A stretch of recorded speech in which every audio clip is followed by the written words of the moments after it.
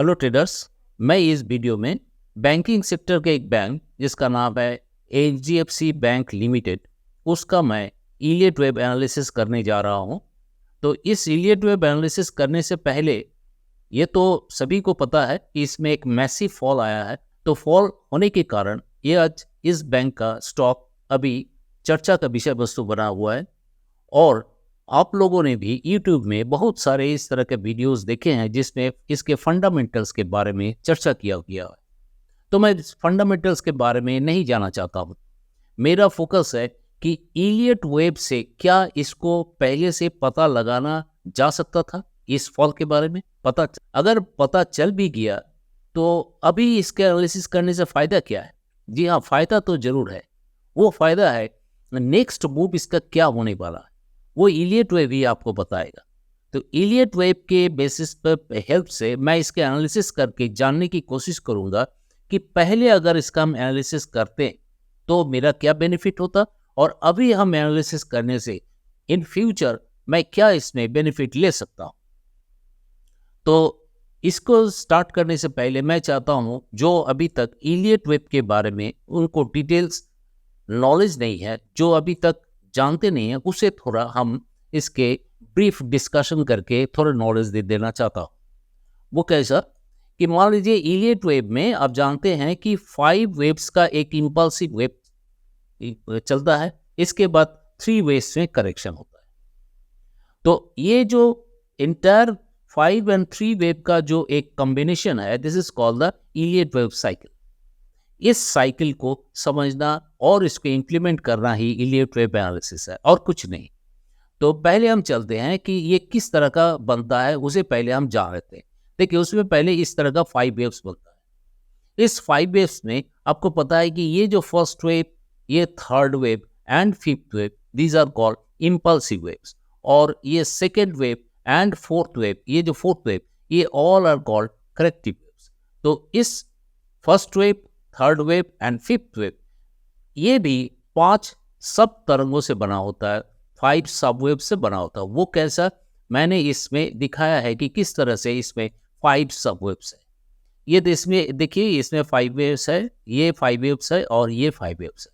इसी तरह के ये सब वेव से बना होता है। और जो करेक्टिव वेव्स है, ये second wave and fourth wave, ये फिर बना होता है 3 वेव से। वो 3 वेव्स क्या है, ABC से डिनोट होता है। ये रहा बेसिक चीज। इसकी वेव कंप्लीट होने के बाद इसमें एक करेक्शन आता है, जिस करेक्शन को हम इस तरह से दिखा सकते हैं, यह ABC करेक्शन तैयार होता है। तो मैं उसमें अब चाहता हूं कि ये चीज आप चार्ट में देखें, चार्ट में इसको समझें, तब जाके इसमें पता चलेगा कि इलियट वेब प्रिंसिपल का एप्लीकेशन किस तरह से किया जाता है। तो अभी ये कैंडलस्टिक चार्ट है, इसे मैं अभी बार चार्ट में ले जाता हूँ। बार चार्ट में इलियट वेब एनालिसिस करना आसान होता है। तो सबसे पहले मैं इसमें पता लगाऊंगा ये जो ब्लैक 5 वेव्स है, ये 5 वेव्स कहाँ पर है। इसे अगर मैं पहले से मार्किंग करके रखा हूँ, वो कुछ इस तरह से दिखाई देगा 1 2 3 4 5। इसे अगर हम वेब लाइन से अगर जोड़ देते हैं तो कुछ इस तरह से दिखाई देगा। ये रहा आपको 1 2 3 4 5, 1 2 3 4 5। ओके, अब आ जाइए, इस वेब लाइन को अगर हटा देते हैं तो ये रहा। तो मेरा फोर्थ वेव यहां पर तक तो बन चुका है और ये फिफ्थ वेव बन रहा है। तो ये फिफ्थ वेव यहां पर देखिए, इसमें 5 सब वेव्स है। तो मेरा नेक्स्ट जो कम है वो है इसमें, इस पोर्शन में इस 5 वेव्स को ढूंढ के निकालना। वो किस तरह से, मैं थोड़ा सा लोअर टाइम फ्रेम में चला जाता हूं, वीकली टाइम फ्रेम।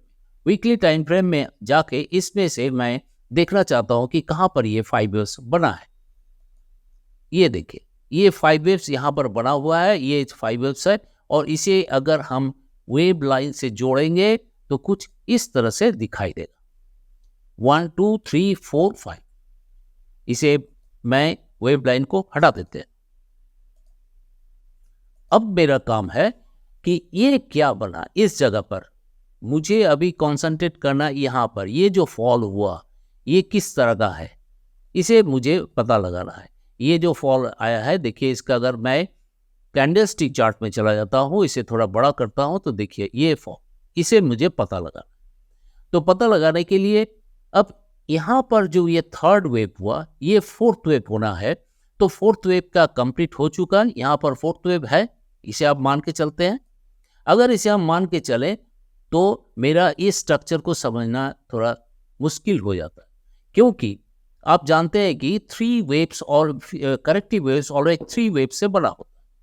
यहाँ देखिए, जो फर्स्ट वेव है वो सिंपल वेव बना हुआ है, इसलिए मैं एक्सपेक्ट कर सकता हूँ as alternative theory of Elliott wave principles, उसमें जो बताया गया अगर सेकेंड वेव एक सिंपल करेक्शन है तो फोर्थ वेव कॉम्प्लेक्स करेक्शन बन जाता है।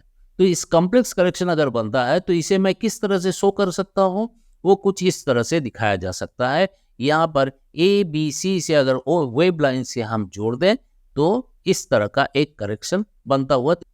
अब जानते हैं कि ये जो फोर्थ वेव है दैट इज करेक्टिव वेव, वो भी थ्री वेव से बना होता है। ये थ्री वेव, मैंने ये थ्री वेव यहाँ पर दिखाया। इस थर्ड वेव में, ये थर्ड वेव के बाद जो फोर्थ वेव बना, यहाँ पर फोर्थ वेव क्या लगता है आपको कंप्लीट हो चुका है? अगर मैं इसे डेली चार्ट में चला जा रहा हूँ तो ये चीज़ मुझे फिर दिखाई नहीं देगा। मैं डेली चार्ट में चला जाता हूँ, थोड़ा जूम इन हो जाता है, बड़ा हो जाता है, देखने में सुविधा होती है। तो ये थर्ड में देखिए थ्री वेव से बना होता है, A B and C. C wave always strong C wave होता है, स्ट्रॉन्ग वेव होता है, इसी से आइडेंटिफाई हो जाता है कि ये एक सी वेव है। तो सी वेव यहाँ हो सकता है बी वेव, और यहाँ भी हो, जो भी हो, ये सी वेव नीचे की तरफ आएगा। दैट मीन्स मुझे यहाँ पर मान 27 दिसंबर को ही पता चल जाता हमें कि ये सी वेव नीचे की तरह आने वाला है, मुझे पता चल जाता है इस जगह से। इलियट वेव एनालिस्ट के बारे की ओर से सोचें तो इलियट वेव एनालिस्ट को पता चल जाता कि यहाँ से ये स्टॉक नीचे की तरफ आने वाला है, तो वो अपना प्रिकॉशनरी स्टेप्स ले लेते। तो इसी तरह से पता चल जाता। अभी भी देखिए जो स्टेप्स हो रहा है, जो तैयार हो रहा है, उससे पता चलता है कि ये स्टॉक अभी भी नीचे जाने वाला। तो नीचे जाएगा, कहाँ तक जा सकता है? अगर इसे हम मार्क करके रखें, वो कुछ इस तरह से इस लेवल पे आ सकता है, 1300 के लेवल पर आ सकता है। आएगा, ये कोई गारंटी नहीं है, आ सकता है 1300 के लेवल पे आएगा। फिर वहां पर तब ये क्या बन रहा है? ये एक फोर्थ वेव बन रहा है, जिसे हम पैरेलल लाइन से अगर जोड़ दें तो कुछ इस तरह से दिखाई दे। ये एक ट्रायंगल भी बन सकता है। तो अभी तक तो ये ए बी सी बना, फिर ऊपर जाएगा तो डी भी बन सकता है, फिर ई आ सकता है, फिर ऊपर जा सकता है, हो सकता है। बाकी हम अभी तक मान के चलते हैं कि ये ए है, ये बी है, ये सी है। ग्रेजुअली जैसे इसका स्ट्रक्चर बनेगा, हम इसका स्ट्रक्चर में जो आइडेंटिफिकेशन उसको थोड़ा चेंज करते रहेंगे और एनालिसिस करते रहेंगे। तो फिर इसका मूवमेंट अब क्या होगा? मूवमेंट हमें जो लगता है वो कुछ इस तरह से मूवमेंट होने वाला। अभी थोड़ा ऊपर जाएगा, ऊपर जाने के वो फिर नीचे आएगा, फिर ऊपर जाएगा। क्यों? क्योंकि इसे सी वेव तैयार करना है। सी वेव एक ट्रायंगल हो सकता है, वो कुछ इस तरह से A B C D E बन सकता है। ठीक है, तो इसीलिए मैं मान के चलता हूँ ये थोड़ा सा ऊपर जाने से भी आप खरीदने की कोशिश ना करें तो अच्छा है, ये नीचे की तरफ। ये तो रहा आज का ये एनालिसिस। इस तरह का एनालिसिस करते हैं तो ये केवल मात्र एजुकेशनल पर्पस के लिए है, इसे कोई टिप्स या रिकमेंडेशन ना समझे। बार बार मैं कहता हूँ, मैं कोई सेबी रजिस्टर्ड फाइनेंशियल एडवाइजर नहीं हूँ, इसलिए मैं आपको नहीं बता सकता कि इसमें आप इन्वेस्टमेंट करेंगे या ना करेंगे, उससे मेरा कुछ लेना देना नहीं है। मुझे जो आपको बताना है वो है इलियट वेव का प्रेडिक्शन किस तरह से हो सकता है इलियट वेव प्रिंसिपल के सहारे। आप अगर किसी भी एनालिसिस के स्टाइल में आप इसके एनालिसिस करें तो वो हमारा एनालिसिस आपको एक सपोर्ट की तरह मिलेगा। ठीक है, तो अगर इस तरह का एनालिसिस आपको अगर पसंद है, मेरी पुरानी वीडियो में मैं रिव्यू भी किया हूँ, उससे भी अगर आपको लगता है कि इलियट वेव रियली एक अच्छी टूल्स है जिसे हम एनालिसिस के बारे में ले सकते हैं, तो हमारे वीडियो को देखिए, लाइक करें, शेयर करें और सब्सक्राइब करके बेल आइकन को दबाएं ताकि आपको हर एक वीडियो का नोटिफिकेशन जरूर मिल जाए। तो ये रहा आज का एनालिसिस। आप इस तरह का सोच सकते हैं, अपना खुद का एनालिसिस कीजिए, इन्वेस्ट करने के लिए या बाहर निकलने के लिए सोच सकते हैं। तो यही रहा आज का एनालिसिस।